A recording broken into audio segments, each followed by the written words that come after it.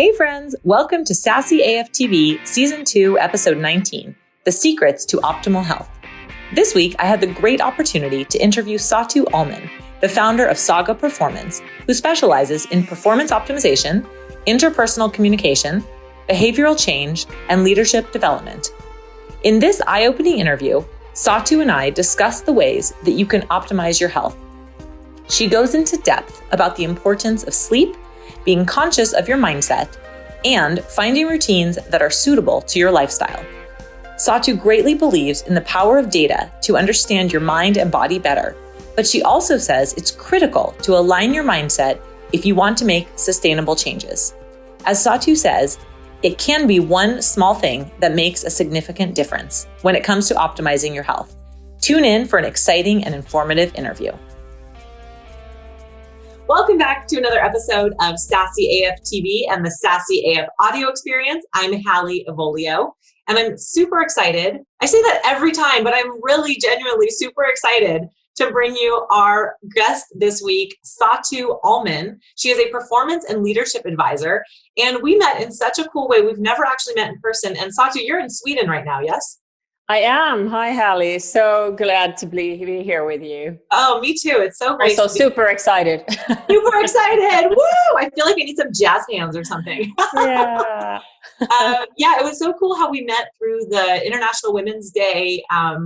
What do we call that? Summit, I guess it was. Yeah. Anna Kusala brought us all together. And that was such a fun journey to be on with you. And I think 5 other women that we all got together from all corners of the world and brought together such a powerful and beautiful message to inspire, motivate, empower women in such a great way. And to do that in the beginning of March, kind of before the world got turned on its end a bit, I think that it was that's true. Just before it started. Yeah. So anyway, I'm so glad that brought us together and that we can continue our learning and our conversation and I can share your knowledge with my audience. So thank you for being here. Awesome. Thank you for having me. Yeah. So tell us a little bit about yourself, your story, and how did you get into this role as a performance and leadership advisor? Yeah. All right. So originally, I'm actually from Finland. I moved abroad 2004. I've lived in the Middle East. I've lived in Sweden, obviously, and then back and forth, moving between countries since then.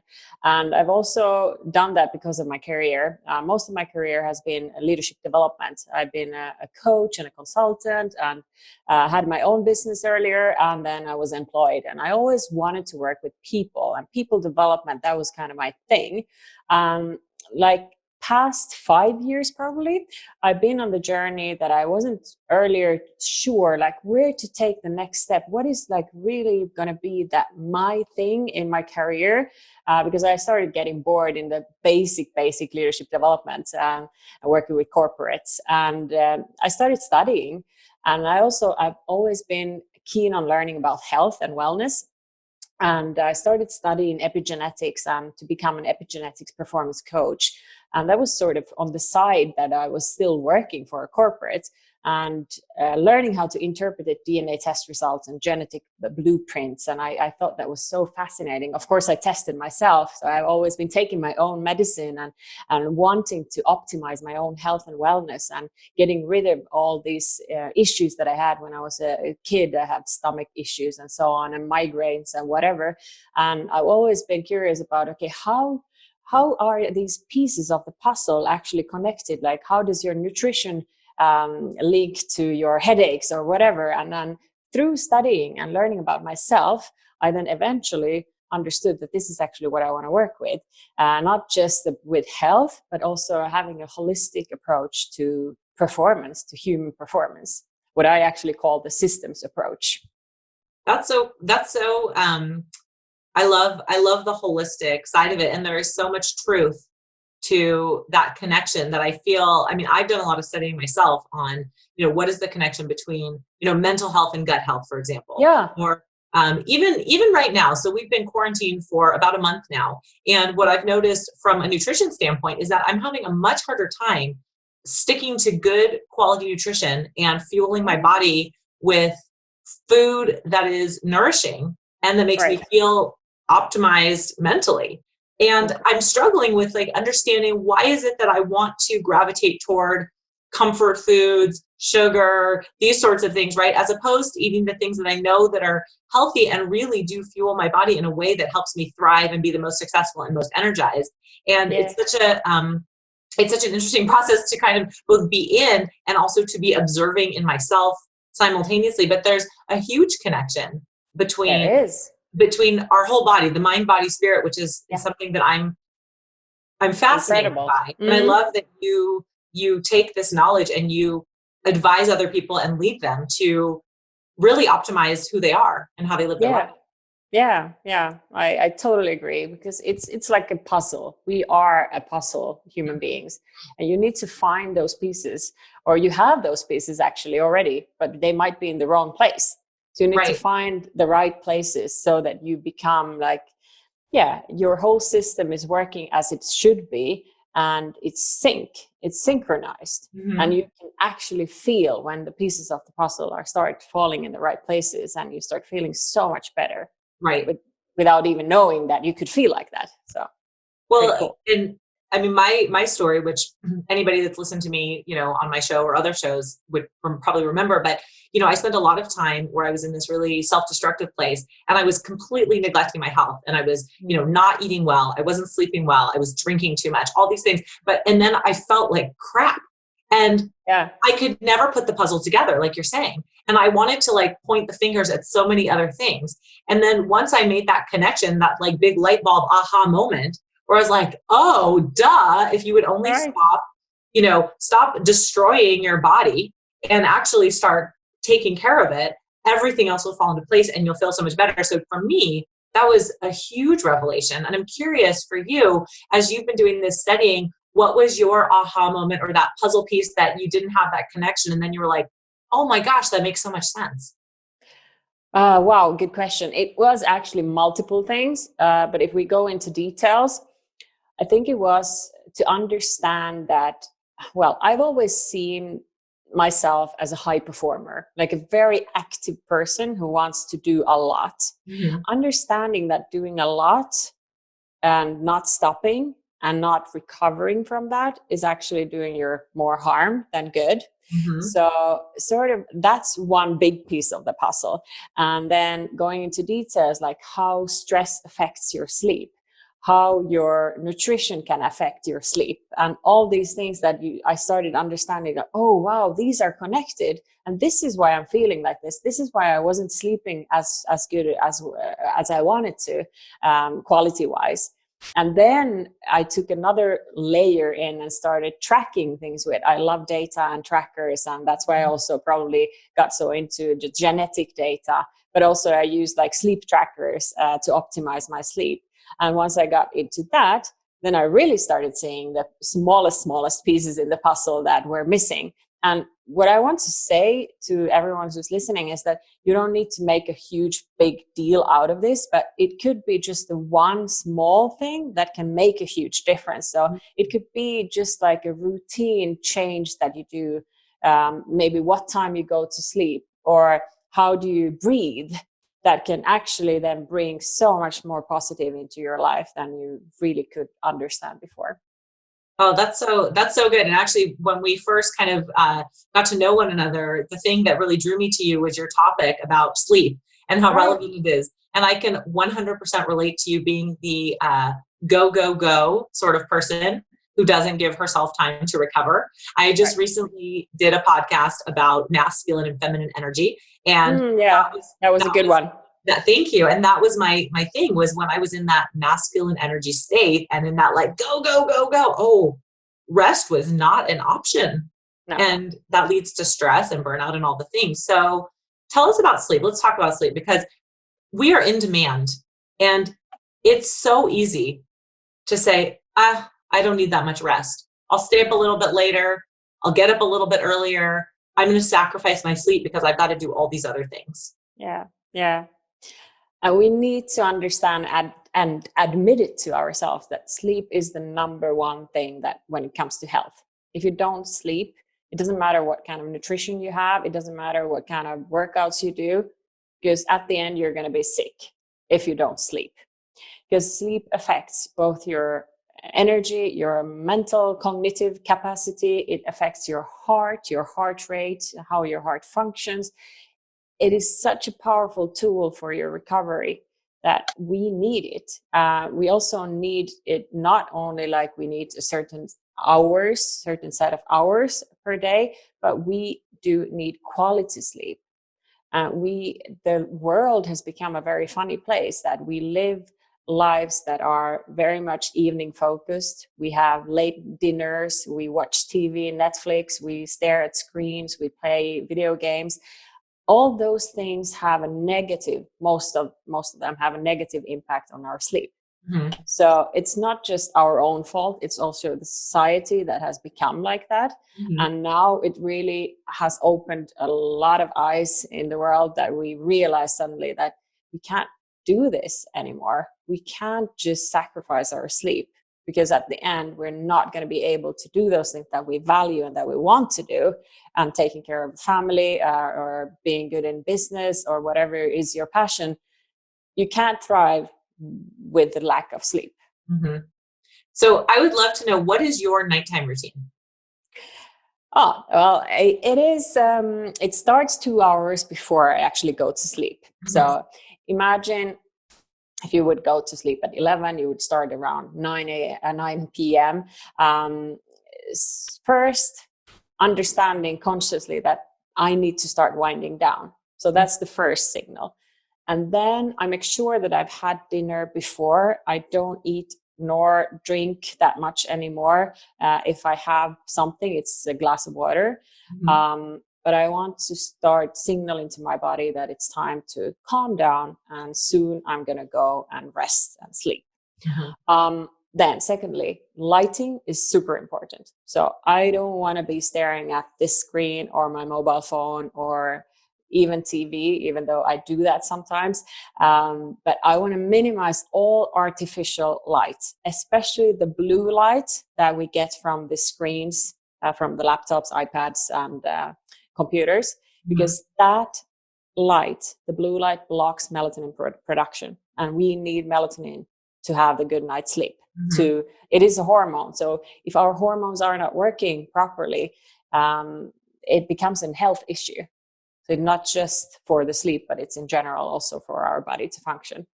So what I do is I have filters on these devices. You can download apps and you can have purchase filters for your computer that at least takes some or the majority of the blue light away. So if I still have to work in the evening, at least I have some sort of a setup for that. Oh. Yeah, so I can send you the links if someone is interested.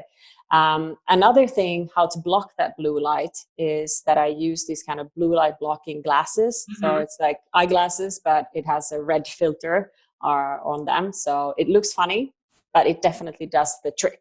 So that blocks the blue light if I'm watching TV, if I have to be somewhere where it's very bright artificial light.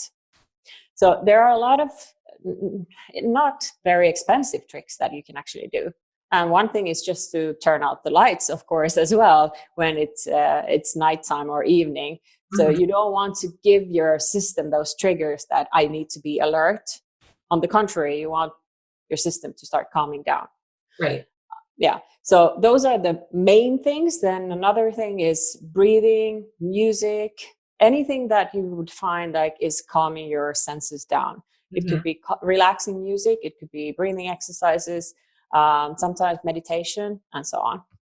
So for somebody that says, I just am not a good sleeper, I have such a hard time falling asleep, or I wake up in the middle of the night and I don't feel rested. And to go back to your earlier point about sometimes it's just one small thing. Mm-hmm. So where would you recommend that somebody starts? Like if they can start with one thing that will have a positive impact and maybe roll into other good habits, where would you tell them to start to improve their sleep? I would say focus on the lighting. So get rid of the devices 2 hours before. Okay. If you must, then 1 hour. But seriously, 2 hours before, start winding down. And that means off from the computers and mobile phones, or purchase the glasses. No, that's a good point. And it's interesting what you said about our society being a more nighttime focused society. I even think about my family, and uh, I make an attempt to not continue working, even though I could work forever, but past dinner time. And sometimes, I'm still on my phone a little bit if I have to, but usually when we're having evening time with the kids, we will watch a show or maybe play some video games or something like that. And so maybe that's not the best thing, but I do notice on the nights where we do story time and we're reading, I feel like the nighttime routine is a little more calm getting ready to bed. So that's Isn't it? it's just a mindset shift, right? It is, definitely. Yeah. And it can also be interesting for you or for anyone to look into, like, try to understand, are you really an evening person or a morning person? Because if you're doing the opposite to your circadian rhythm, like if you're naturally supposed to wake up early and go to bed quite early, and if you have, because of your family or the society has made you to an evening or a night owl, you're not going to be feeling good, and it's going to have long-term consequences. One day you might feel like, I'm so exhausted, I can't take this anymore. And it could be just that switch, that you've actually been waking up at the wrong time and going to bed too late or whatever. And I imagine some of it, I mean, yes, if you use a sleep tracker, if you have analytics that you can use to really understand better how you're sleeping, what your body needs, what kind of deep sleep you're getting, et cetera, that's great. But if you don't have that, I imagine also going with your intuition and just playing around with it, experimenting, right? Seeing what happens if I wake up at, a little bit earlier and try to go to bed a little bit earlier, or turn off the devices, make a really conscious effort to turn them off 1 hour ahead of my bedtime. Yes. On cases, right? Exactly. Make a conscious effort and test it for weeks, not just once. If you're going to say like, okay, I want to leave out all the devices 2 hours before, do that for a period of time, not just once and say, it didn't work. So you need to create new routines and new habits, and it takes time. But also there's the important message that our bodies like routines. So you don't want to have a lifestyle that is, one day I go to bed at 11, the second day I go to bed at 8. It doesn't really work. Our bodies don't like it. So you have to stick to the routine. How do you feel about, I agree. I mean, I think that routines are a great foundation, but there's also this point where you can't have everything so scheduled, right? Because then it becomes too rigid. I know. So I'm just curious, in your life, how do you find that balance, that ebb and flow that works for you between, wanting to have some consistency, but also not wanting to have the rigidity that you can't, make accommodations for life as it comes up? Yeah, exactly. I like to tell myself that the 80-20 rule is quite good in everything. So once you have like the baseline built, that is a healthy baseline, you can be flexible as well. Because then your system is not going to go into shock, and you're not going to disturb everything, even if you then one night or 2 nights in a row decide to do something else, whether we're talking about sleeping or whatever. We could also be talking about nutrition. It's the same thing. If you're 80% eating well and according to what your system needs, and then you go to a party and have something else, it's still fine, because your baseline is so good that it's going to protect you. Right. Absolutely. No, I love that. And, this concept of keeping things, my way that I like to say it is keep it simple, sustainable, and fun. And if you have this foundation of 80% of the time, I'm following these rituals, and the other 20%, I give myself freedom and flexibility and permission without guilt to live my life and do the things that I want to do. Yeah. Because the worst would be that you would get so stressed because of the routines that it wouldn't make you any good. It would just create more harm. And we don't want that. We're creating routines because they're going to be supportive for you. Exactly. Oh, I love that. That's great. That's a really good way to put it. And also it leads me into, I grabbed this quote off your website because I liked it so much. So I just want to share it and talk about it a little bit. You made the comment, be in the driver's seat of your life. Become conscious of who you are, from your genetic blueprint to your daily behaviors. Can you talk to us a little bit about that? Absolutely. With pleasure. You get to choose both your attitude and your behaviors and your mindset every day when you wake up. And the more you know about yourself, the more you know who you are, starting from, yes, your genetic blueprint, but also to understand how you feel, what is your general mindset towards life, and what kind of a person you are, what kind of values you have. Once you understand, you can have the keys in your hand and unlock anything, basically. And you can make choices each and every day on how to react when, I don't know, a crisis comes along, coronavirus hits the world. You can still choose how to address that situation at hand. And you can be more confident that you are on the driver's seat because you have done your research around yourself. You know what your system needs in order to thrive. Absolutely. I mean, I say this all the time to people that I work with and just to my family and to my friends. We have the choice. We have to write our own stories and write our own narratives. And just because we've been told something from someone else, or maybe we've chosen a different path previously in life, it doesn't mean that we have to be committed to that forever and ever and ever. And part of it is, like you said, every day you wake up, you have a choice. And knowing the information about yourself is super important as foundation and knowledge, and then using that information to propel yourself forward so you can really thrive. Yeah, exactly.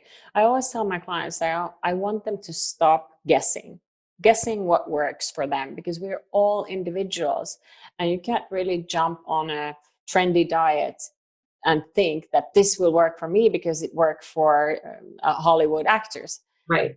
Because you are not the same person. You have your own genetics, they have their genetics, and your lifestyle choices will affect your genes, not the other person's. And same way, your mindset, like maybe you are looking at this certain situation through your lenses because of your background and whatever has happened in your life, and the other person is looking through their lenses and you don't know what their background is all about. So you need to take that into consideration as well when you're working with others or communicating with other people, that they also have their own background, basically, that impacts the way they are. Absolutely. What I would be curious, do you have a success story working from one of your clients that maybe they started with, at a really low spot, and then by learning some of these tactics and implementing your teaching, they've really gotten to an optimized, thriving place?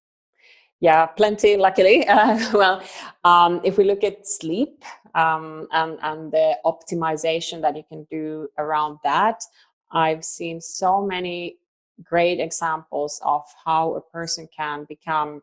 There was one comment like, I'm smarter than I ever was before. And that's pretty amazing if you can reach that just by plainly focusing on recovery. And its recovery was in this person's case, not only the sleep, but it was also boosting recovery with the help of nutrition, by understanding the genetic background that the person has, or the blueprint, and then putting all these pieces of the puzzle together and really making the person to feel like, wow, I'm on top of the game. My cognitive power has taken the whole another turn. And that was really incredible to hear. Yeah, that's amazing. Yeah, because the person is, I don't know, closer to 50, I guess. And it's not very common that people start feeling like, oh, I feel like I'm 20 again, not just physically, but mostly like mentally. Right. And that's awesome. Well, and even more so intellectually. I mean, I can imagine, perhaps this person had been told throughout their life, oh, you're not very smart, or you can't do that. Or even if it wasn't in those direct words, maybe they had this feeling like, oh, I'm not smart enough to do X, Y, or Z. Yeah. And perhaps as they've really changed their lifestyle and they increase their, intellect and just feeling more confident, they're able to take on things that they never knew they could before. That's pretty cool. Definitely. Yeah, because a big part of that journey is, of course, also the mental coaching side, even though I always call myself an advisor, but sometimes I put my coach hat on and help people to create that behavioral change and the attitude change that is required even though you would have all the data in the world and all the tools, if your mindset is not aligned with the new you, it's not going to be sustainable. Right. Yeah. Absolutely. All right. So I'm going to ask you, Satu, to put your coach hat on and give us 2 to 3 tips that you think everyone could benefit from to really optimize who they are and to really thrive in their life. Wow. 2 to 3. All right. First, with regards to your attitude and mindset, I would say listen and become more conscious. Try to focus on positive signals instead of hearing just the negative ones. And a short story to back that up is that we have our brains function the way our human being brain, that we focus more on the negatives. It's just the unfortunate fact. So the more conscious we become about the signals that are thrown at us, and we can actually choose which signals we focus on, you can choose to focus on the positive. And by focusing on the positive, you will probably create more positive. That's what I believe in. That's what I've seen. So that would be number one. Number two, when it comes to overall performance, I'm going to repeat myself and say, find those routines that are suitable for you. And routines don't have to limit you at all. They should actually be boosting your freedom and creativity if you have the right routines in place. They should be taking away all the unnecessary stress from your everyday life, because then those routines will sort of be the guiding lights and the baseline for you and enable you to do all the cool stuff that you want in their life. So those would be the one. And third one is just focus on sleep. You can't really focus too much on the quality of sleep. That will help a lot. I love it. Those are great. Those are great tips. And I think that they're very easy to implement. But like you said, it has to start with making the choice that you want, you being whoever we're speaking to, that we want to be the best version of ourselves. And then I'm going to make that conscious choice to listen, to follow routines that give me freedom, make sure that I'm getting enough rest and recovery, and truly stepping into my power and living my best life. Yeah, very well said. Yeah. Thank you. No, that's amazing. Well, you have been such a pleasure to have on the show, and I'm so grateful for your knowledge and for your input and just for your energy. It's really impactful. And I think that we share a lot of commonality in terms of our mindset, but I also love learning. I learned so much just from listening to you today, talking about thanks. So thank you for being here. And I'd love for you to share where everyone can find you so they can learn and connect with you more. Absolutely. My pleasure.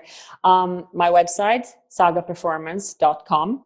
Then obviously Instagram, Saga Performance Official. So follow us there.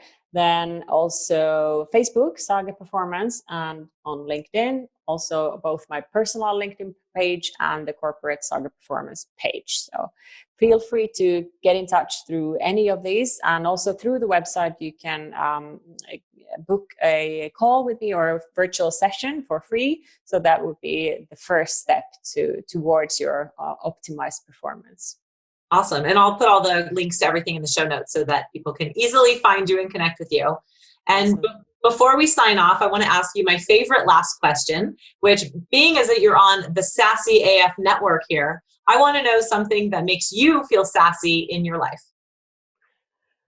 Ooh, you have all these brilliant questions. I would say courage. Somehow courage makes me feel, or taking risks, taking smart risks, that makes me feel sassy. I know it might sound weird, but this is the feeling that I get. I love it. I love it. That's good, because that means that you're willing to step out of your comfort zone. To me, that's definitely sassy. Yeah. Cool. Good. Awesome. Well, thanks for sharing. Well, thank you so much, Satu, for being here. It was a pleasure. I love, like I said, I love your energy. I love your wisdom, your knowledge, and I'm just so grateful for you sharing with everybody here today. So thank you for being with us. Thank you, Holly. It was a pleasure, and I really enjoyed talking with you. Thank you. Well, thank you all for listening or watching on YouTube. Hope you have a great day, and we will be back with you next week. Bye. I loved Satu's tips to optimize sleep by implementing a great nighttime routine. I also appreciate her perspective on creating habits and finding daily rituals that both align with your lifestyle and create positive momentum conducive to sustainable change. What were your biggest takeaways? Thanks again for being here and tuning in for another episode of Sassy AF TV. It would mean the world to me if you would leave a comment and take a screenshot to share it with your tribe on Instagram or Facebook. Don't forget to tag me at Sassy Healthy Fit. Then make sure to head over to sassyhealthy.fit and sign up for our mailing list so you always know the latest and greatest in sassy fun. See you next time.